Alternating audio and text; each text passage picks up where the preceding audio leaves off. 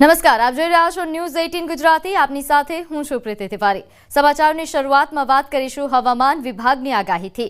તો આગામી 7 દિવસ સામાન્ય વરસાદની આગાહી વ્યક્ત કરવામાં આવી છે। આજે બનાસકાંઠા, અરવલ્લીમાં ભારે વરસાદની આગાહી છે, તો મહીસાગરમાં પણ આજે ભારે વરસાદની આગાહી વ્યક્ત કરવામાં આવી।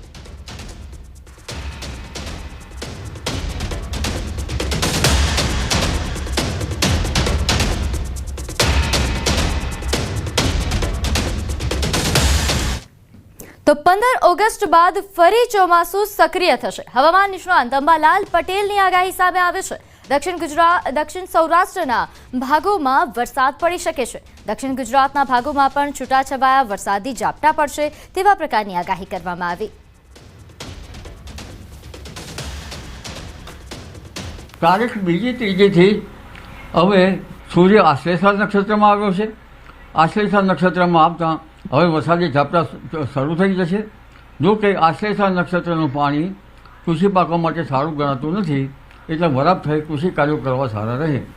પરંતુ લગભગ તારીખ 5-6 ઓગસ્ટથી લગભગ 12 ઓગસ્ટ સુધીમાં વરસાદી ઝાપટા પણ વધવાની શક્યતા છે। અને આ વખતે લગભગ સૌરાષ્ટ્રના કેટલાક વિસ્તારો જે છે એ વરસાદની રાહમાં છે।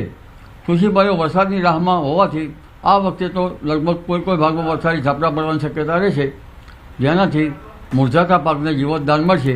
પરંતુ ત્યારબાદ લગભગ તારીખ 6થી 10, 12 અથવા 15ની આસપાસ સુધીમાં કેટલાક વિસ્તારમાં ભારે વરસાદી ઝાપટા પડવાની શક્યતા રહેતા મુરઝાતા પાકને સારું જીવતદાન મળવાની શક્યતા રહેશે।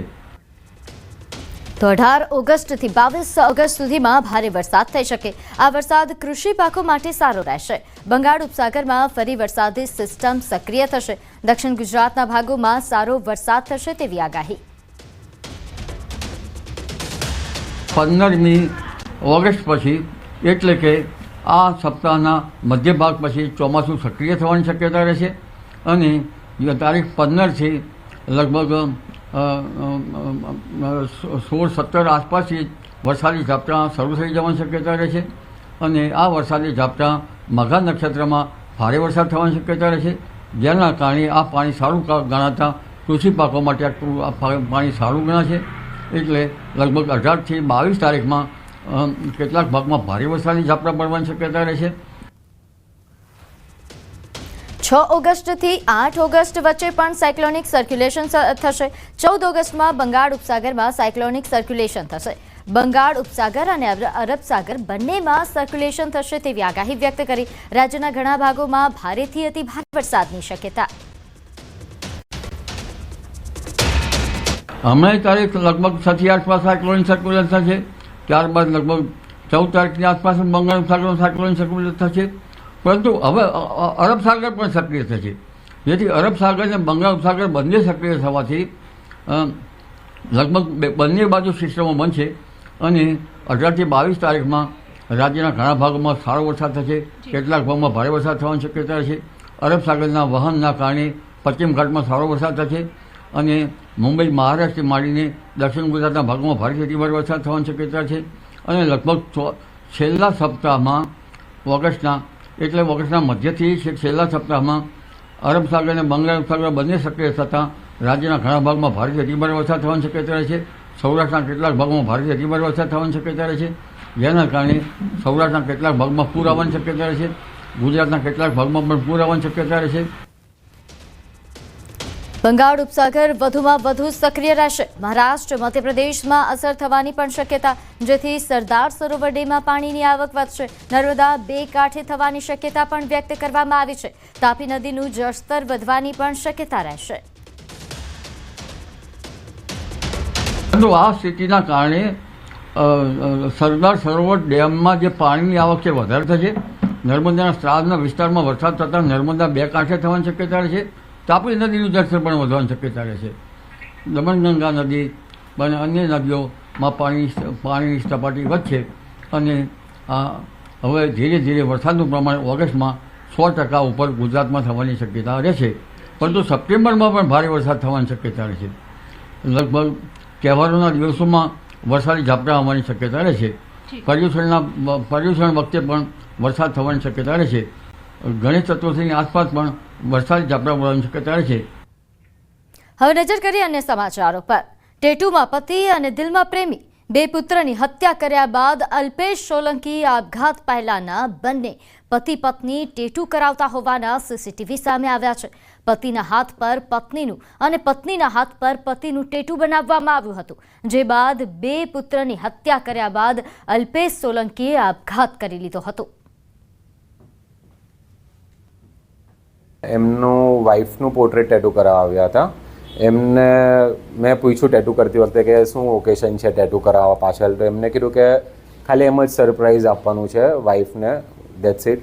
અને એ ટેટુ કરાવ્યા પછી એમનો પાછો 2-3 દિવસ પછી કોલ આવ્યો કે એમની વાઈફને પણ ટેટુ કરાવવું છે. તો લાસ્ટ સેટરડે એમની વાઈફનું પણ ટેટુ કરવા આવ્યા હતા અને ત્યારે આખું ફેમિલી અહીંયા હતું. અને બસ એ જ હતું કે પછી થોડું આપને એક ડાઉટ લાગ્યો કે કેમ આ ટાઈમ પર અચાનક પોર્ટ્રેટ ટેટુ બંનેને એકબીજાનું કરાવું. તો બીજી તરફ સુરતમાં હૃદયને હચમચાવી નાખતો બનાવ સામે આવ્યો. જાહેરમાં કાપડ દલાલની ઘાતકી હત્યા કરી દેવામાં આવી.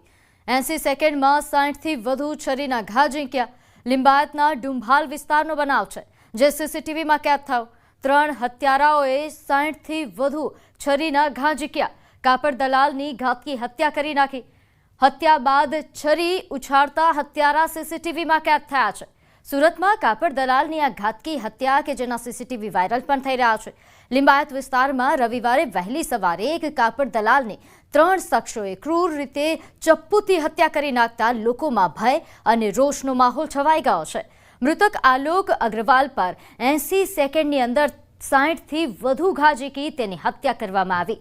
સવારે લગભગ 2:45 વાગે ડુંભાલ વિસ્તારમાં કાપડ દલાલ આલોક ફોન પર વાત કરી રહ્યા હતા અને તે જ સમયે અચાનક 3 શખ્સો ત્યાં આવ્યા અને એક શખ્સે જેણે લીલા કલરનું ટી-શર્ટ પહેર્યું હતું તે પાછળથી હુમલો તેણે શરૂ કર્યો અને જેણે 40થી વધુ છરીના ઘા પણ ઝીંક્યા. બાદમાં અન્ય 2 શખ્સોએ પણ 20થી વધુ ઘા ઝીંક્યા અને આલોકની નિષ્ઠુરતાથી હત્યા કરી. હત્યારાઓ જાહેરમાં ચપ્પુમાં હવા ઉછાળતા પણ નજરે પડે છે. આ બનાવ બાદ શહેર હચમચી ગયું છે. આ દ્રશ્યોને લઈને સ્થાનિકોમાં પણ ભારે રોષ છે અને સુરક્ષા વ્યવસ્થાને લઈને ગંભીર પ્રશ્નો ઊભા થયા છે. પોલીસ અધિકારી એસપી વીએમ જાડેજાના જણાવ્યા અનુસાર હત્યાનું કારણ હજુ સુધી સ્પષ્ટ નથી, પણ આપમેળે દેખાતા ફૂટેજ અને ટેકનિકલ પુરાવાના આધારે હત્યારાઓ ઝડપાશે એવું જણાવાયું છે. ઘટનાને લઈને સ્થાનિક લોકોમાં ભારે ભય અને અસંતોષ છે.